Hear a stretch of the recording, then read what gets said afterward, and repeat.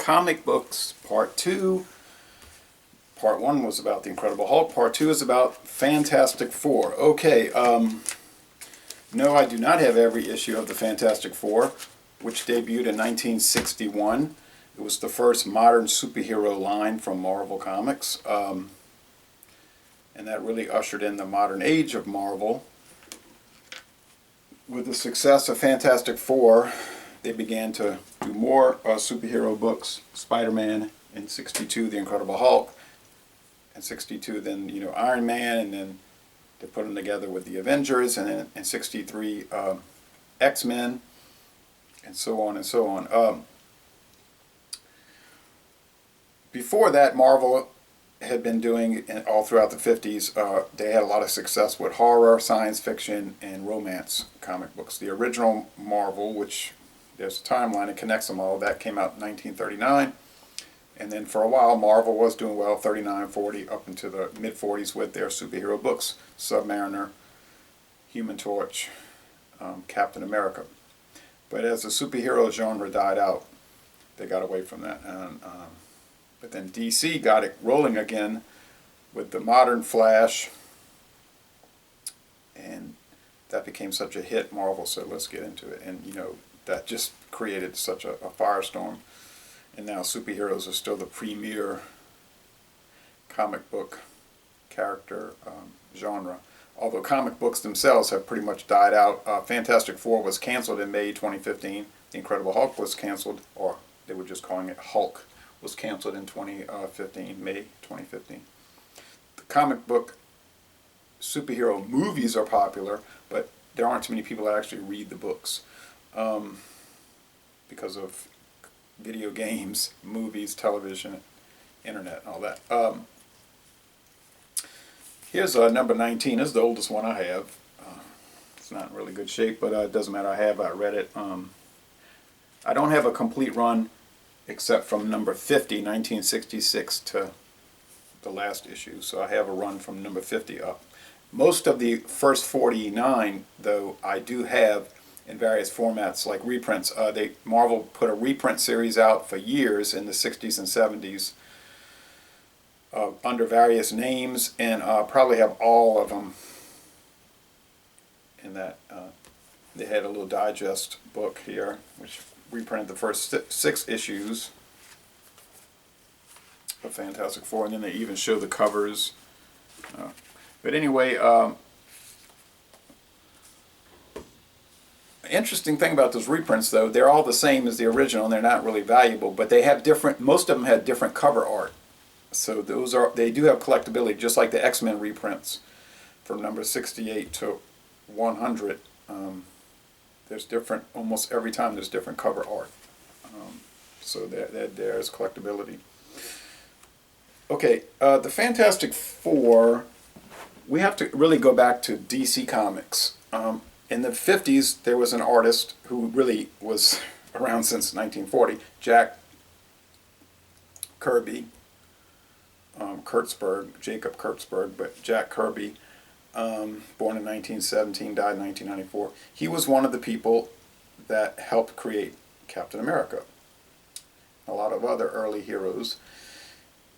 He moved over to DC Comics. For years he was there, and he did all kind of work with mostly romance and science fiction. One of the series he created with DC was Challenges of the Unknown. Interesting because it was 4 adventurers, male and female, who went around the world. I believe it was male and female. I have some reprints of that. They went around the world fighting evil and getting involved in all sorts of fantastic adventures. After he had a falling out with DC Comics for whatever reason, he jumped to Marvel in the late 50s, around 58 or 59. And in 61, they came out with Fantastic Four. He and Stanley Leibowitz came out with Fantastic Four, a group of 4 adventurers, male and female, who went around the world fighting evil and getting involved with all kind of fantastic excitement. You can see the parallels there. But these people had powers. Invisible Girl later later Invisible Woman, Mr. Fantastic, an obvious ripoff of the Elongated Man and Plastic Man of DC. Well, Plastic Man and then Elongated Man was from a ripoff of Marvel. The Thing, a giant rock person with a lot of strength, and the Human Torch, which was a recreation, a reboot, if you want to use that term, of the old Human Torch.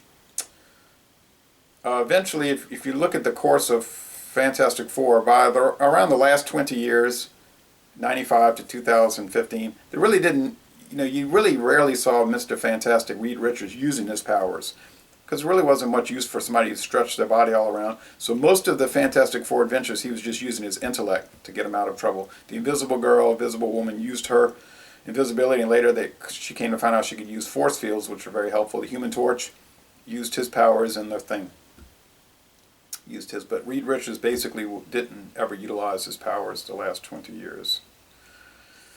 And when they did use the powers early on, it was always some contrived thing, like to come up with some story to use the stretchability when maybe it really didn't need to be included. But from what I can understand, now this was a big hit, okay, so Fantastic Four was such a huge hit, and Spider-Man was an early kind of a part-time member, I guess you could say, and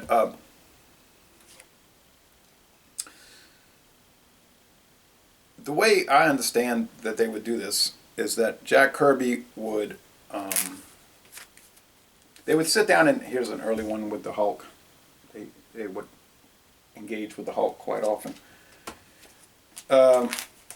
Stan Lee and Kirby would sit down and make a general plot, say, look, this is what's going to happen, maybe over the next few books, maybe not each book.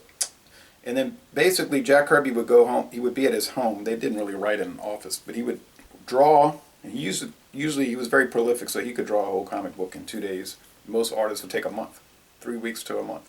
But he would draw the outline, he would just draw the book, and send it, I guess, UPS, or whatever, a packet to Stan Lee, and then he would look at the panels with no words, and he would just add like the dialogue. He would write out the dialogue according to what he thought was happening in the story, the drawings, and then they would send it off to a letterer who would add the lettering, and an inker who would ink it, oftentimes Joe Sinnott, early on Chickstone, and then a colorist would add the color codes, and then the printer would print it.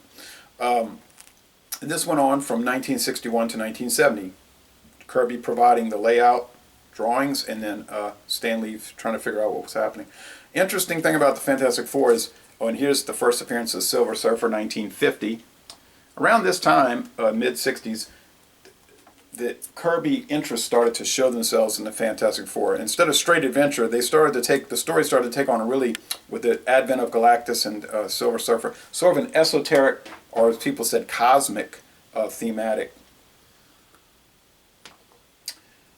And if you follow Kirby's career from that point on till he died in '94, almost all the stories he developed, and he went off on his own after 1970, writing as well as drawing, they seem to always be some kind of Carl Jung archetypal thematic. In other words, there was a story, but there always seemed to be a greater story, right? So, and I don't know if Marvel was so keen on that, and I guess that might have had something to do with the falling out in 1970, because there might have been pressure on him. Look, just make regular stories. No one can understand all this strange archetypal stuff, and even elements of Thelema, Aleister Crowley, Thelema, and Kabbalah. And so, no. So he went to DC. Now, DC wanted him back. So in 1970, they announced he's coming back, and they made a big push. And he developed this very... We'll go on a little bit about Fantastic Four. So here's, this is when they started becoming, these stories, very different stuff about, like by locality and dream. A lot of the stories had things to do with dreamscapes, and of course he was always famous for his artwork. He pretty much invented the Marvel House style of bold drawings, huge splash pages with intricate detail. Other artists have tried to copy him. They haven't really done that well with it. So he was the one that did all that. Just very intricate splash pages, and this went on for decades. have most of his stuff from 70 to when he died. Okay, so 95% of the stuff he did I have. I wasn't able to get the Jack Kirby portfolio that DC sold early 70s, or the black and white magazine size books, the Days of the Mob and some other stuff that he did. But so anyway, Fantastic Four continued on after Kirby left. It's in some ways, you know, if you read all those stories, they kind of limped along because it's like they got gutted. They had other writers who tried hard and artists who did well, like Rich Buckler, and then John Byrne came in early '80s, and he was probably the second most dynamic artist and writer that they ever had in Fantastic Four. And he was controversial though because people said all he's doing is rehashing old stories. And there's some truth to that, but I mean, he tried, and he did a credible job, I think, and he stayed around for about 5 years, and then, but just, they never seemed to be able to come up with anything new after Kirby left. Like, it would just be another story about Galactus, another story about Black Panther, another story about Silver Surfer, or about the Thinker, somebody, all these characters that Kirby had invented. Well, Kirby and Lee, but there was controversy between Kirby and Lee because Kirby always say Lee's taking credit for something he didn't really create. And there was a lot of fallout from that. One of the last issues Kirby did, The Monster from the Lost Lagoon. The last few issues he did with Fantastic Four. Now, one bad thing about Jack Kirby, when he knew he was leaving a book, he'd just draw anything. He knew it was really poor artwork. Just slapping it together and saying, "Here, take it, I'm out of here." And so that's a negative with him. He had a tendency to do that. But when he was on it, which was usually the case, he did very well. Here's the third John Byrne issue. He didn't do the cover, but he brought a lot of excitement to the book. Later John Byrne issue, Galactus, of course. He did come up with some stuff. Here's one of the great Fantastic Four issues, King Size Special number 6, Let There Be Life, when they're fighting Annihilus, who's from the negative zone, which I guess you could say is a Marvel ripoff of the Phantom Zone. And but this was from Kirby's heyday. You know, he's always got a lot of interest in mechanical devices in his artwork, really intricate mechanical devices, and he was very good at using photography montages. He would take these space photographs and draw, put the drawings, paste, I guess you'd say cut and paste, and he really kind of did that. But anyway, so that, Fantastic Four, they did come out with a movie recently in 2015. I think it was considered a bomb. It didn't do very well. It had a politically correct diversity Human Torch, a black Human Torch, which I don't think sat too well with people. Besides, they said the movie just had poor writing and plot and everything. But don't want to get too detailed into Kirby now, really. But that's the baseline of the story. Kirby, of course, Lee, but Stan Lee. But Kirby, you could make a lot of videos about his career after that, because when he went to DC, he created the Kirby's Fourth World Tetralogy, which was Superboy, Superman's pal Jimmy Olsen, which he turned into this cosmic, esoteric, strange book. The Forever People, The New Gods, and Mr. Miracle. So these were 4 very strange books, which you could almost think that George Lucas was reading, because then he came out with Star Wars, which is almost like The New Gods on film, if you look at it carefully. I think that's pretty well accepted that Star Wars was a takeoff of The New Gods, Fourth World Tetralogy. And then Kirby continued, these books did not ever sell very well because most fans said, we don't understand all this. And he continued this thematics with the Demon, then there was a falling out with DC because I guess they were telling him, look, no one likes all this stuff. And so he jumped to Marvel, but he continued to do the same thing there with these strange Captain America stories, Black Panther, this strange frog story, these people that, I don't know, it's very hard to follow, but I mean, they're very interesting. And then the Eternals and 2001: A Space Odyssey, he was fascinated by that, of course, because Stanley Kubrick, the whole movies were basically, what do you call it, archetypes and, allegories, right? The whole movie is about really something else. So, And then Marvel finally got tired of the Devil Dinosaur and Moon Boy and all these weird stories that didn't sell, and then they went off to Pacific Comics and they let him do what he wanted, but that company went out of business, and he went back to DC and restarted the New Gods again with their epic the Hunger Dogs graphic novel. And he just wasn't going to relent. He just did these. He made Silver Star at Pacific, and Silver Star is almost a direct direct relationship to Aleister Crowley's Thelema, which is very strange. But anyway, enough of that. Thank you for watching this examination of Fantastic Four.